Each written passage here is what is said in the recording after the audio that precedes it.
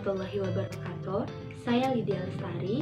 Pada video kali ini saya akan mempresentasikan makalah saya yang berjudul Pengaruh Kepemilikan Manajerial dan Debt Covenant terhadap Konservatisme Akuntansi. Adapun topik pembahasan pada makalah ini terbagi atas 3. Yang pertama yaitu pendahuluan yang terdiri dari latar belakang dan rumusan masalah. Dan yang kedua yaitu pembahasan. Dan yang ketiga yaitu penutup yang berisi kesimpulan dan saran. Yang pertama yaitu pendahuluan. Latar belakangnya, laporan keuangan adalah bentuk pertanggungjawaban manajemen kepada pihak investor dalam mengelola sumber daya perusahaan yang telah dipercayakan kepada manajemen. Laporan keuangan harus dibuat berdasarkan standar akuntansi keuangan yang telah disusun oleh Dewan Standar Akuntansi Keuangan dan harus memenuhi tujuan, aturan, serta prinsip-prinsip akuntansi yang sesuai dengan standar yang berlaku umum agar dapat menghasilkan laporan keuangan yang dapat dipertanggungjawabkan dan bermanfaat bagi setiap penggunanya. Nah, terdapat kebebasan bagi perusahaan dalam standar akuntansi keuangan untuk memilih metode akuntansi yang digunakan dalam membuat laporan keuangan. Nah, metode yang digunakan dalam penyusunan laporan keuangan dapat menghasilkan laporan keuangan yang berbeda-beda untuk setiap entitas sesuai dengan kebutuhan dan kondisi dari entitas itu sendiri.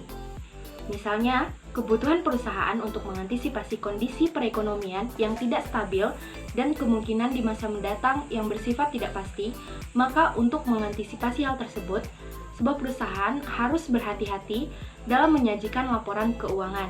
Sehingga, karena kehati-hatian ini, maka perlu diterapkan prinsip konservatisme yang menjadi pertimbangan perusahaan dalam akuntansi dan laporan keuangannya.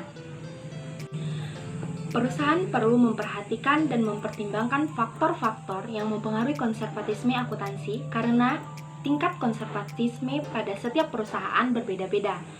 Nah, beberapa penelitian itu menemukan adanya beberapa faktor yang mempengaruhi manajemen perusahaan melakukan tindakan konservatisme. Di antaranya adalah kepemilikan manajerial.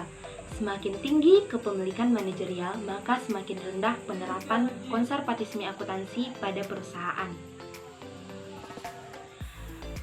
Nah, faktor selanjutnya yaitu yang mempengaruhi manajemen untuk melakukan tindakan konservatisme adalah debt covenant.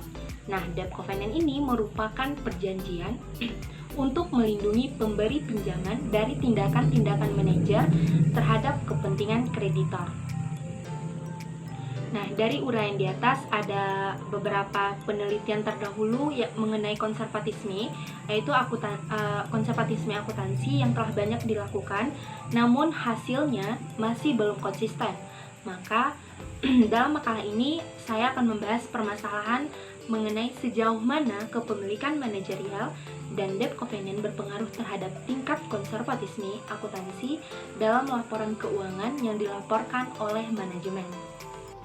Rumusan masalahnya yaitu ada 2. Yang pertama yaitu apakah kepemilikan manajerial berpengaruh terhadap konservatisme akuntansi.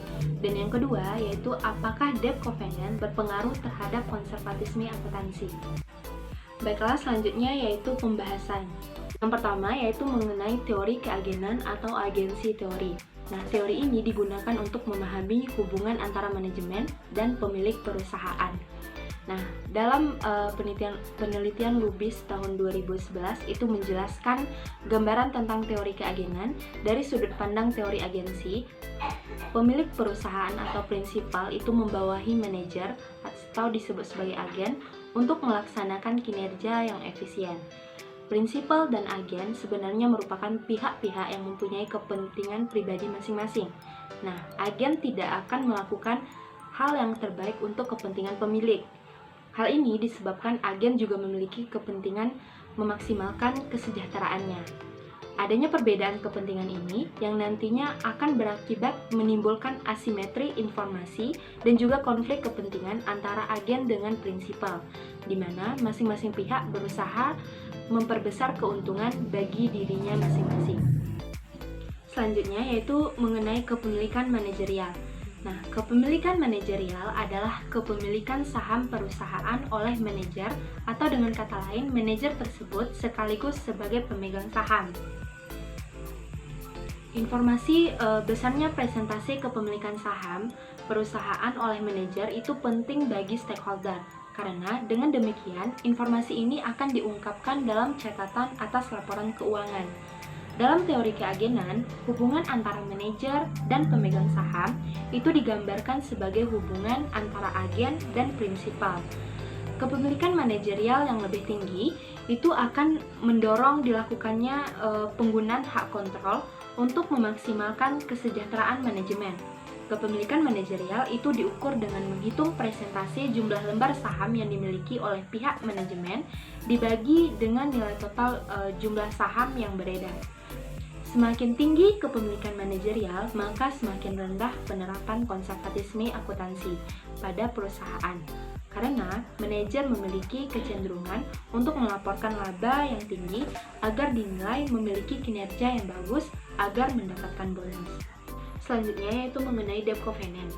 Nah, perusahaan yang telah go public tentunya tidak akan lepas dari hutang yang dapat digunakan untuk memperluas usahanya. Debt covenant itu merupakan perjanjian untuk melindungi pemberi pinjaman dari tindakan-tindakan manajer terhadap kepentingan kreditor seperti dividen yang berlebih, lalu pinjaman tambahan, atau membiarkan modal kerja dan kekayaan pemilik berada di bawah tingkat yang telah ditentukan, yang mana semuanya itu menurunkan keamanan atau menaikkan risiko bagi kreditor yang telah ada. Selanjutnya yaitu mengenai konservatisme akuntansi. Dalam SPAC nomor 2 paragraf 95, konservatisme itu diartikan sebagai reaksi kehati-hatian atau prudent reaction dalam menghadapi ketidakpastian yang terjadi dalam aktivitas ekonomi dan bisnis. Konservatisme itu menjadi keuntungan tersendiri bagi perusahaan karena dapat mengurangi pembayaran kepada pihak-pihak yang bersangkutan seperti pembayaran pajak dan biaya politik lainnya. Intinya, konservatisme akuntansi ini tidak mengantisipasi laba yang belum terjadi. Nah, konservatisme juga menyebabkan laba pada periode ini menjadi understatement dan mengarahkan pada overstatement pada periode-periode berikutnya sebagai akibat understatement terhadap biaya pada periode tersebut. Selanjutnya yaitu mengenai pengaruh kepemilikan manajerial terhadap konservatisme akuntansi. Nah, kepemilikan manajerial yang tinggi pada pihak eksternal perusahaan itu mengakibatkan cenderung menggunakan metode akuntansi yang tidak konservatif.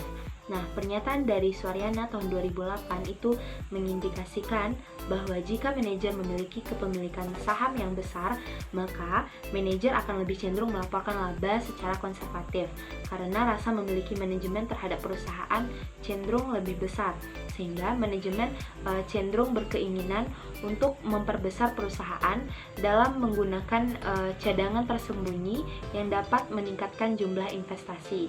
Nah, hal ini membuktikan bahwa besar dan kecilnya saham yang dimiliki oleh manajemen itu berhubungan atau dapat mempengaruhi konservatisme dalam pelaporan keuangan akuntansi. Selanjutnya yaitu mengenai pengaruh debt covenant terhadap konservatisme akuntansi. Nah, menurut hasil penelitian dari Sari dan Adaryani tahun 2009 itu menunjukkan bahwa semakin besar rasio leverage yang digunakan untuk mengukur debt covenant, yaitu semakin besar pula kemungkinan perusahaan akan menggunakan prosedur yang meningkatkan laba yang dilaporkan periode sekarang atau laporan keuangan yang disajikan itu cenderung tidak konservatif atau optimis. Baiklah, selanjutnya yaitu kita masuk pada bab 3 yaitu penutup. Yang pertama yaitu kesimpulan. Nah, berdasarkan pembahasan yang telah disampaikan tadi, maka dapat disimpulkan dua kesimpulan. Yang pertama yaitu kepemilikan manajerial itu berpengaruh signifikan terhadap konservatisme akuntansi. Dan yang kedua yaitu debt covenant itu tidak berpengaruh secara signifikan terhadap konservatisme akuntansi. yang kedua yaitu adalah saran. Nah, berdasarkan penjelasan sebelumnya, agar perusahaan berhati-hati dalam pencatatan akuntansi, karena semakin tinggi saham yang dimiliki oleh pihak manajemen, maka semakin tinggi pula kecenderungan pihak manajemen dalam melakukan manajemen laba. Nah, untuk melakukan pengembangan terhadap makalah ini, maka perlunya ditambahkan variabel lain dalam variabel lain mengenai faktor-faktor yang mempengaruhi konservatisme akuntansi, sehingga investor dapat mempertimbangkan faktor-faktor yang mempengaruhi penerapan konservatisme akuntansi dalam pengambilan keputusan untuk berinvestasi. Baiklah, sekian video presentasi makalah saya. Terima kasih. Wassalamualaikum warahmatullahi wabarakatuh.